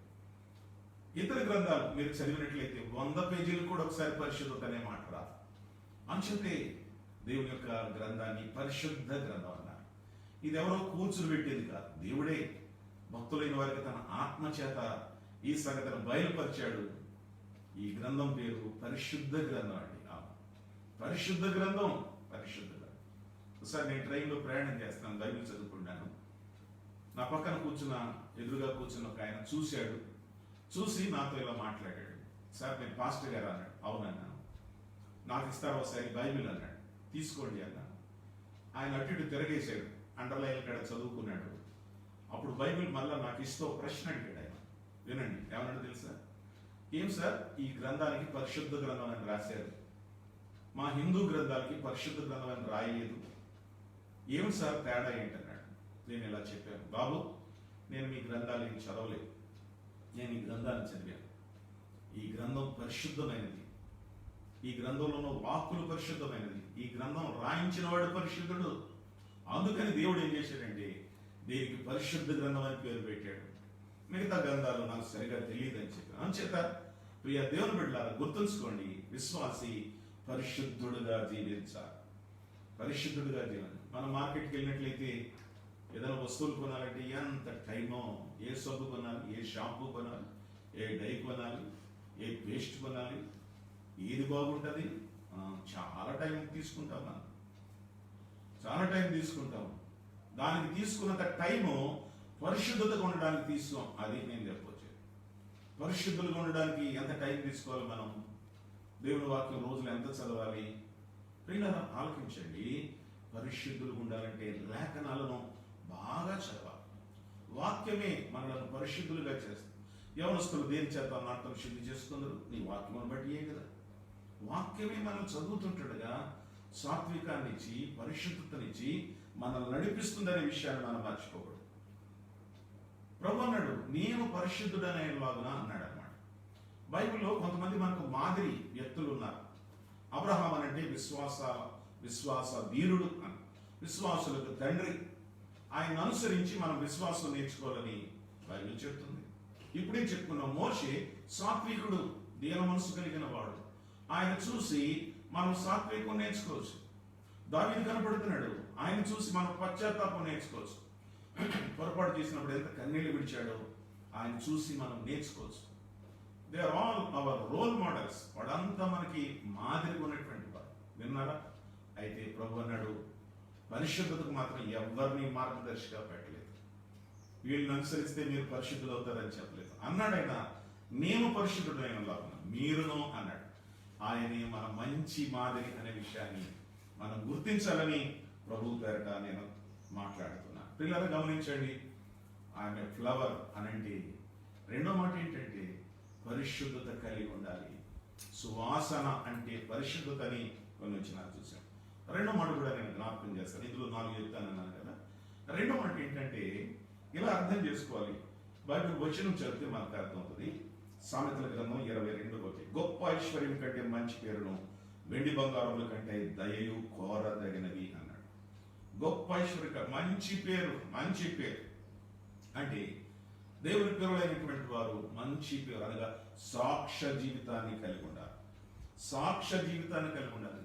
ప్రసంగి గ్రంథం 7వ అధ్యాయం 1వ వచనం తెలుసు కదా, సుగంధ తైలం కంటే మంచి పేరు మేలు. అవును, మంచి పేరు. మంచి పేరు అంటే రక్షించబడిన వారు తమ సాక్ష్య జీవితం ద్వారా దేవునికి మహిమ తేగలరు. ఆ పిమ్మట ఇతరులకు ఒక మాదిరిగా ఉండగలరు. ఒకటి సాత్వికం, రెండవది పరిశుద్ధత, మూడవది సాక్ష్య జీవితం కలిగి ఉండాలి. అవును, సాక్ష్య జీవితాన్ని ప్రభు మన నుంచి కోరుతున్నాడు. మన సాక్ష్యం కాపాడుకోవాలి. సాక్ష్యం కాపాడుకోవాలి. పరిశుద్ధ గ్రంథంలో సంసోను ఒక ఆయన మన గురించి చదువుతాం. ఆరంభంలో నాజీరు చేయబడి చాలా గొప్ప కార్యాలు చేశాడు, కానీ పరిశుద్ధుడిగా బ్రతికాడు, యోగ్యుడుగా జీవించాడు. బైబిల్ ఒక మాట చదువు చెప్తుంది. ప్రసంగి గ్రంథం 10:1 మనం చూసాం, బుక్కవాని తైలములో చచ్చిన ఈగలు పడుట చేత అది చెడు వాసన కొట్టును. బుక్కవాని తైలములో చచ్చిన ఈగలు అంటే సెంట్లో, మన పెర్ఫ్యూమ్లో ఈగను చంపేసి అందులో వేసుకుంటే అది ఏమవుతుంది? చచ్చిన ఈగలు పడుట వలన చెడు వాసన కొట్టును. సంసోను జీవితంలో ఒక చెడు వాసన దెలీలా. బుక్కవాని తైలంలో మంచి యోగ్యుడే, కానీ ఓ చచ్చిన ఈగ పడింది, వెంటనే సాక్ష్యం ఖరాబాయి.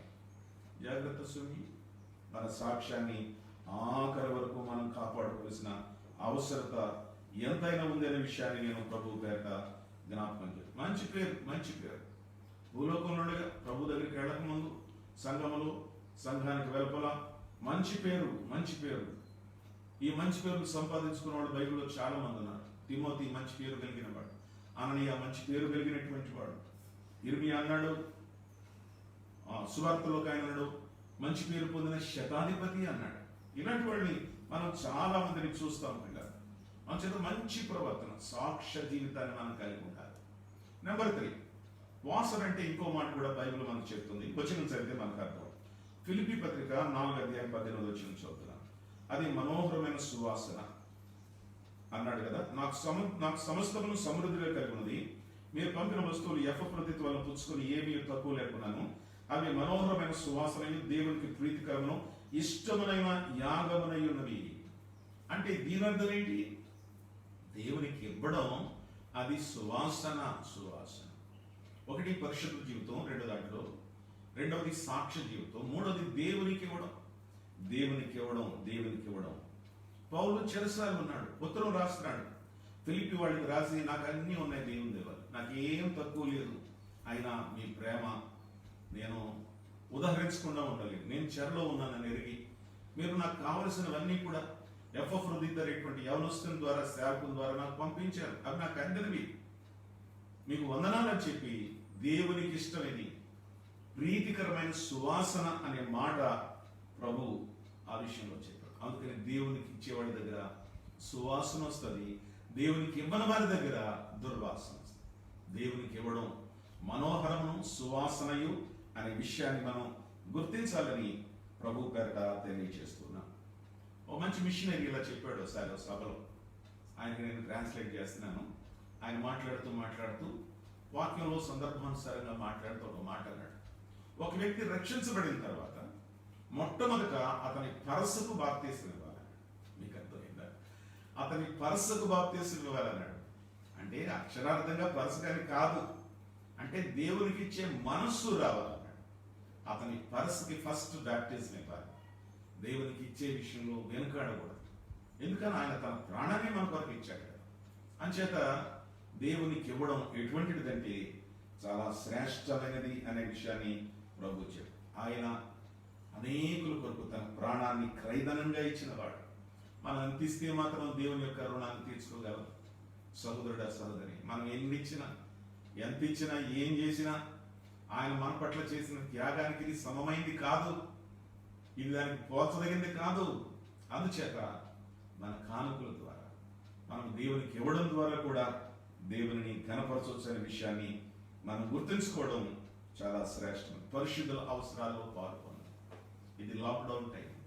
ఎంతో మంది దేవుని సేవకులు గతంలో కూడా నేను చెప్పాను, అనేకమైన ఇబ్బందులు పడి, కష్టాలు పడి, మందిరా తలుపులు మూయక, నానాగచాట్లు పడుతూ ఎన్నో రకాలుగా కష్టాలు పడేటువంటి దేవుని సేవకులను దేవుని సంఘాన్ని, సంఘంలో ఉన్న బీదలను అనే విషయాన్ని మనం గుర్తుంచుకోవాలి. పరిశుద్ధుల అవసరములలో పాలు పొందుచు, పరిశుద్ధులకు అవసరాలు ఉంటాయి, అందులో మీరు పాలు పొందండి అనే విషయాన్ని ఈ రెండో భాగంలో చెప్పాడు. ఒకటి పరిశుద్ధత, రెండవది సాక్ష్య జీవితం, మూడవది దేవుని కొట్టు. ఇంకో మాట ఇందులో నేను చెప్తాను, అవచనం సత్యం నాకు అర్థం అవుతుంది. రండి చూద్దాం. రండి, కీర్తనాకారుడు ఇలా చెప్పాడు. 133వ కీర్తన మొదటి 2 వచనాలు మనకు తెలుసు. సహోదరుడు ఐక్యత కలిగి నివసించడం ఎంత మేలు, ఎంత మనోహరం. అది తల మీద పోయబడి ఆహారము గడ్డ మీదుగా కారి అతని అంగీల అంచుల వరకు దిగజారిన పరిమళ తైలము వలె ఉండును అన్నాడు. ఈ 4వ సంగతి ఏంటంటే, ఐక్యతని ప్రభు అయిన దేవుడు ఏం చెప్పాడంటే పరిమళ వాసన. ప్రారంభించింది అది, పువ్వుకు వాసన ఉంటుంది. ఒకటి పరిశుద్ధత గమనించండి, రెండవది సాక్ష్యం, మూడవది దేవునికి ఇవ్వడం, 4వ సంగతి ఏంటంటే ఐక్యత కలిగి నివసం. సహోదరుడు ఐక్యత కలిగి నివసించుట ఎంత మేలు, ఎంత మనోహరమో. సంఘంలో ఐక్యత, కుటుంబంలో ఐక్యత, సేవలో ఐక్యత, ప్రార్థనలో ఐక్యత, ధ్యానంలో ఐక్యత, ఇవన్నీ కూడా దేవుని వాక్యంలోంచి మనం గమనిస్తున్నటువంటి సత్యాలు. పిల్లలు, తెగిపోయిన సంబంధాలు, విడిపోయిన కుటుంబాలు, ముక్కలైన సంఘాలు ఐక్యత కలిగి ప్రభు దగ్గరకు వచ్చి అలా ఉండడం అనేది, అది అహారోను గడ్డం మీదుగా కారి అంగీల అంచుల వరకు దిగజారిన పరిమళ తైలముతో సమానము. ఎంత శ్రేష్టమైన మాట. అవును, మనం కలిస్తేనే అభివృద్ధిని సాధించగలం. సంఘంగా పనిచేయడం ద్వారా, అందరం ఐక్యతగా పనిచేయడం ద్వారా మనం దేవునికి ఘనతను తీసుకురాగలం. అంచేత వాసనలో ఇది కూడా ఉందనే విషయాన్ని మనం మర్చిపోకూడదని నేను జ్ఞాపకం చేస్తాను. ఓకేనా? 2 మాటలు ధ్యానం చేశాను. 3వ మాట వద్దాం చూడండి, వాక్యం చదువుదాం చూడండి. శూలమతి ఒక మాట చెప్తున్నది, నేను షారోను పొలములో పూయబడిన పుష్పాన్ని అని. ఇక్కడ నా తలంపు ఏంటంటే, మై ఫీల్డ్ ఈజ్ షారోన్. నా పొలం ఏంటంటే షారోను పొలం. గులాబీ ఎక్కడ పండిందంట? షారోను పొలంలో పండిందంట. ఇంకా అక్కడ ఇక్కడ కాదు. My field is Sharon. బాగా గుర్తించాలి. మొదటిది ఐఎమ్ ఏ ఫ్లవర్, రెండోది I'm a flower like A Sharon, మూడవది మై ఫీల్డ్ ఈజ్ షారోన్. నేను ఎక్కడంటే షారోను పొలములో. నేను దేవుని వాక్యాన్ని చాలా జాగ్రత్తగా చదివాను. షారోను ఎక్కడుంది, షారోను మైదానం ఎక్కడుందని చెప్పి చదవగా ఒక్క వచనం నాకు దొరికింది. 2 వచనాలు నేను చదివినప్పుడు దేవుడు దానికి తగినటువంటి జవాబునిచ్చాడని నేను ప్రభువును స్తుతించాను. ఎక్కడుంది అనంటే షారోను. వచనం చదువుతాను చూడండి. మనందరికీ తెలిసినటువంటి శ్రేష్టమైనటువంటి మాట. అదేమిటనంటే, ఏలియా కాలంలో దేవుని సేవకుడైనటువంటి ఏలియా, ఆయన కర్మెలు పర్వతం మీద ఓ గొప్ప ఛాలెంజ్ చేశాడు. ఎంతకాలం 2 తలంపుల మధ్య ఉంటారు. యెహోవా దేవుడైతే యెహోవాను సేవించండి, బయలుదేవుడైతే బయలుదేవుని సేవించండి అనేటువంటి ఛాలెంజ్ ఇచ్చాడు కదా. కర్మెలు పర్వతానికి దగ్గరలో ఈ యొక్క షారోన్ అనే ఫీల్డ్ ఉందని మనం చూస్తాం. కర్మెలు పర్వతానికి. ఓకే, అలా వచ్చాయి. నూతన నిబంధన గ్రంథంలో మనకు తెలిసినట్లుగా దేవుని సేవకుడైనటువంటి పేతురు ఆత్మపూర్ణుడై దేవుని వాక్యం చెప్పాడు. మరొక సంగతి ఏం చేశాడంటే, ఆయన మరొక ప్రాముఖ్యమైన సంగతి, ఒక తబితాను బ్రతికించాడు. తబితాని యవనస్తురాలను బ్రతికించాడు. ఎక్కడ? యొప్పేకు సమీపంలో. ఇప్పుడు 2 మాటలు మనం పట్టుకోవాలి. పాత నిబంధనలో ఉన్న కర్మేలు, నూతన నిబంధనలో ఉన్నటువంటి యొప్పే, ఈ రెండిటికి మధ్య భాగంలో షారోన్ ఉందని చరిత్ర తెలియజేసింది. దీని అర్థం ఏంటి? కర్మేలు పర్వతం మీద ఏలియా ప్రార్థన చేశాడు. యొప్పేకు దగ్గరలో ఉన్నటువంటి ఆ ఇంటి దగ్గర పేతురు ప్రార్థన చేశాడు. 2 ప్రార్థనలకు మధ్యలో గులాబీ తోట, షారోను పొలం అనగా దీని అర్థం ఏంటంటే, మై ఫీల్డ్ ఈజ్ షారోన్ అంటే దాని అర్థం ఏంటంటే, నేను ప్రార్థనలో పుట్టాను, నేను ప్రార్థనలో పెరుగుతున్నా. అది దాని విశ్వాసి ప్రార్థనలో జన్మించాలి, ప్రార్థనలో ఎదగాలి, ప్రార్థనలో జీవించాలి. My field is Sharon. మన ఫీల్డ్ ఏంటనంటే మనం తడుముకోనక్కర్లా. మీరు ఏ ఫీల్డ్ అని అంటే రక్షించబడిన మనం వెంటనే స్పాంటేనియస్గా చెప్పాల్సింది ఏంటంటే మై ఫీల్డ్ ఈజ్ ప్రేయర్ అని చెప్పాలి. నేను ప్రార్థనా స్థలంలో ఎక్కువగా ఉంటాను అని చెప్పడానికి పరిశుద్ధాత్మ దేవుడు ఈ సంగతిని ఇక్కడ గ్రంథస్థం చేశాడని మనం చూస్తున్నాం. కనుక వీక్షకులారా గమనించండి, మనం షారోను పొలానికి చెందినటువంటి వాడు. షారోన్ అనగా ప్రార్థన స్థలానికి. ప్రార్థన ఎక్కడ ఆరంభమైంది? ఆదికాండం గ్రంథం 4:26 ప్రారంభం. అక్కడ ప్రారంభమైన ప్రార్థన నేటికి కొనసాగుతుంది. విశ్వాస జీవితాల్లో ప్రభు కోరుకునేది ఏంటంటే ప్రార్థనను కోరుతున్నాడనే విషయాన్ని మనం అర్థం చేసుకోవాలి. అదోనిరామ్ జెక్సన్ అనేటువంటి గొప్ప దైవజనుడు, ఆ తర్వాత ఇంకొక ఆయన ఉన్నాడు, ఆయన పేరు George Whitefield, Martin Luther, John Wesley, DL Moody, Charles Spurgeon, John R Rice, William Carey, వీరందరూ కూడా ఇంకా చాలా మంది ఉన్నారు గొప్ప ప్రార్థన. ఈ రోజున కూడా వారి పేర్లు ప్రపంచం తలంచుకుంటుంది అని అంటే వారి ప్రార్థనా జీవితాన్ని బట్టి అని మనం అర్థం చేసుకోవాలి. క్రీస్తు యేసునందు వీక్షకులారా, మనం ప్రార్థనాపరులుగా ఉండాలి. ప్రార్థనాపరులుగా వీరందరూ ప్రార్థన ద్వారా గొప్ప కార్యాలు సాధించారు. గొప్ప కార్యాలు ప్రభు కొరకు వారు చేసినట్లుగా మనం చూస్తున్నాం. పిల్లలు వారు రేకుల నుంచి ప్రార్థన చేశారు. గమనించండి, చాలా సమయం వరకు ప్రార్థన చేశారు. వారి అనుభవాలు, ప్రార్థన అనుభవాలు మనం కూడా తప్పనిసరిగా ఈ ప్రార్థన అనుభవం కలిగి ఉండాలి. ఎప్పుడు చేసుకుంటారో చేసుకోండి. మీ అనుకూలత ఏంటో మాకు తెలియదు.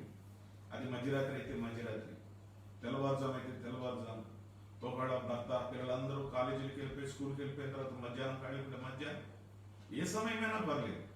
దేవునితో సహవాసం చేసేటువంటి ప్రార్థనా జీవితాన్ని మనం తప్పనిసరిగా కలిగి ఉండడం చాలా ప్రాముఖ్యమైనది. చివరి మాటకు మనం వస్తున్నాం. అంచేత 4వదిగా మనం గుర్తించింది ఏంటంటే సువాసనలో 4 సంగతులు. ఏమిటంటే, 1 పరిశుద్ధత, పవిత్రత, 2వది మంచి సాక్ష్యం, 3వది దేవునికి ఇవ్వడం, 4వది ఐక్యత కలిగి ఉండడం. 2 పాయింట్లు చెప్పాను. 3వది మై ఫీల్డ్ ఈజ్ షారోన్, అనగా ప్రార్థనాపరులుగా ఉండాలి. ప్రార్థన. లాస్ట్ పాయింట్ వద్దాం చూడండి. మరొకసారి చదువుదాం ఆ వచనాన్ని. దేవుని వాక్యం చాలా స్పష్టంగా చెప్పింది. ఏమని చెప్పింది అని అంటే, నేను షారోను పొలంలో పోయి పుష్పం వంటి దానను, లోయలలో పుట్టు పద్మం వంటి దాను. ఇక్కడ వచ్చింది ఆఖరి మాట. ఇంగ్లీష్ బైబిల్ ఉందని చెప్పాను కదా, I am a rose of Sharon. తెలుగులో రోజ్ లేదు, ఏ తర్జుమాలో కూడా లేదు. ఇంగ్లీష్ లో ఉంది ఇది. I am a rose of Sharon, a lily of the valleys. ఎంత శ్రేష్టమైన మాట అంటే, ఈ సంఘంకి సాదృశ్యమైనటువంటి షూలమతి చెప్తుంది. షూలమి, నేను రోజా పుష్పాన్ని, నేను గులాబీని అన్నట్టు. అంటే ఎలాగ అర్థం చేసుకోవాలి? ఇలాగ అర్థం చేసుకోవాలి. గులాబీ ఎక్కడ ఉంటుంది? ముళ్ళ మధ్యలో పెరుగుతుంది. ప్రతి గులాబీ చెట్టు కూడా ముళ్ళు ఉంటాయి, మనకై కనపడం అంతే. ఈ గులాబీ నెమ్మదిగా ఆ మొగ్గగా ఉండి అలాగా వికసిస్తున్నప్పుడు, అది పూర్తిగా వికసించినప్పుడు ముళ్ళు వాటంతట అవి రాలిపోతాయి. తల్లో గులాబీ పెట్టుకున్నాడు ఎవడో ముళ్ళు బ్లేడ్ ఇట్ కానీ సిజర్స్ పెట్టి కానీ కట్ చేయక్కర్లా, ముళ్ళు రాలిపోతాయి, వాటంతట అవే రాలిపోతాయి. అనగా దీని అర్థం ఏంటంటే, రక్షించబడిన విశ్వాసుల జీవితాల్లో శ్రమలు ఉంటాయి, అది కష్టాలు ఉంటాయి, కన్నీళ్లు ఉంటాయి, ఫెయిల్యూర్స్ ఉంటాయి, ఓటములు ఉంటాయి, చాలా సంగతులు ఉంటాయి. ఖచ్చితంగా ఇవన్నీ ఉంటాయి. ఉండవని దేవుని వాక్యం చెప్పలేదు.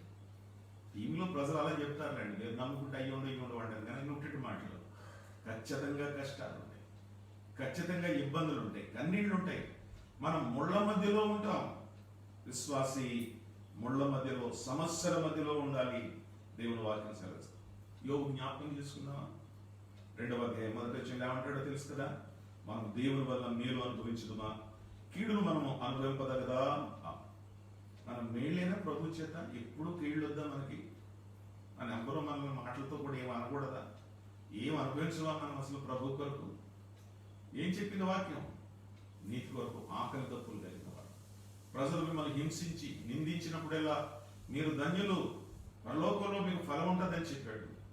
మనం అవి కోరుకో, మాకు శ్రమలు వద్దని కోరుకుంటాం.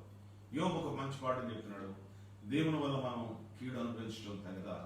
ఖచ్చితంగా కీడు, మరణాలు ఉండొచ్చు, సమస్యలు ఉండొచ్చు, ఎన్నో ఇబ్బందులు ఉండొచ్చు.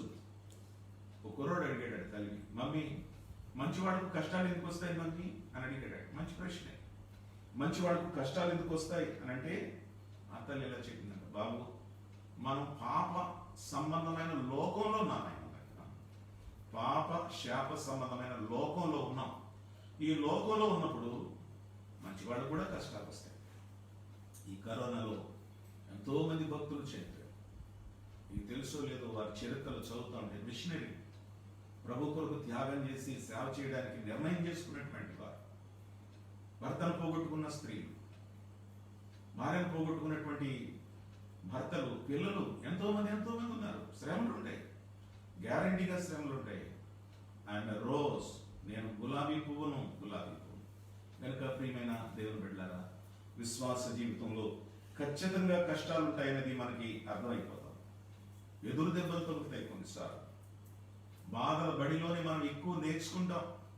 బాధల బడిలోనే అన్ని సుఖంగా ఉన్నప్పుడు మనకి ఏం అర్థం కాదు. కష్టాలు వచ్చినప్పుడే కొన్ని విషయాలు, బైబిల్కి సంబంధించిన శ్రేష్టమైన విషయాలు మనకు అర్థం. అందుచేత లేఖనాలు ఏం చెప్తున్నాయంటే, మనం శ్రమ పొందడం అనేది కూడా దేవుని యొక్క వాక్యంలో ఉన్నటువంటి అమూల్యమైన విషయం అని చెప్పి నేను జ్ఞాపకం చేస్తాను.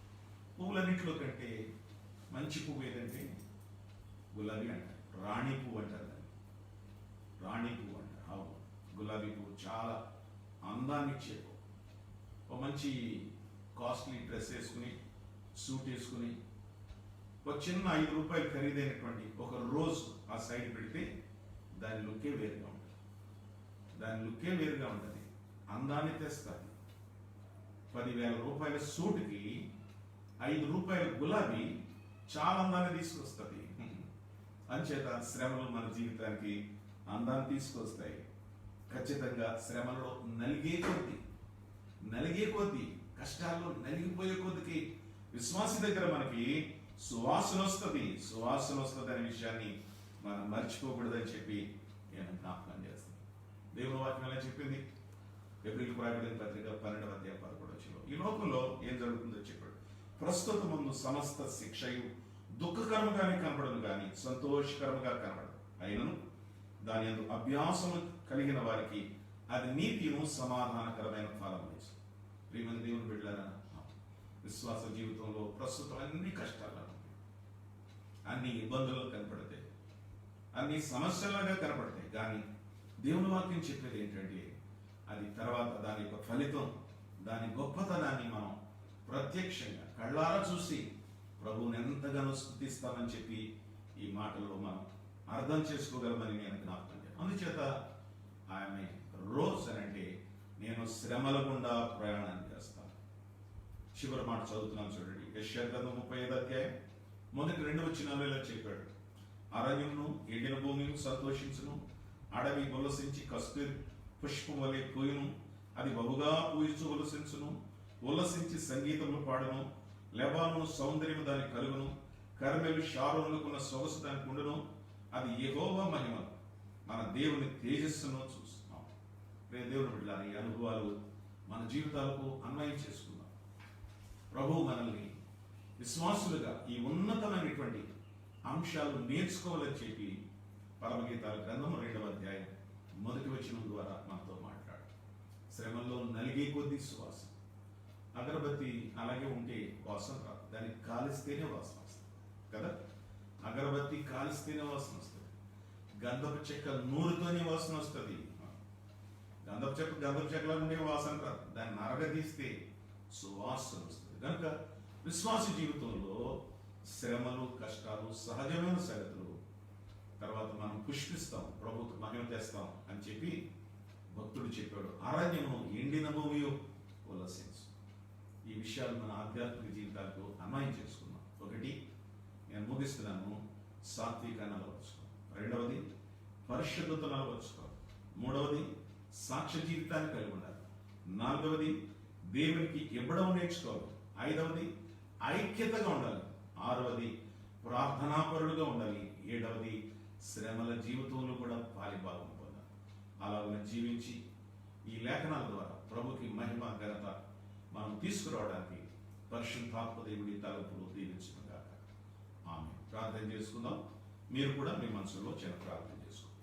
ప్రేమ కలిగిన మా తండ్రి, పరిశుద్ధుడైన మా ప్రభువ, వందనాలు స్తోత్రాలనైనా. పరమగీతాల గ్రంథం 2వ అధ్యాయం 1వ వచనం ద్వారా 7 సంగతులు మేము ధ్యానం చేయగలిగాం.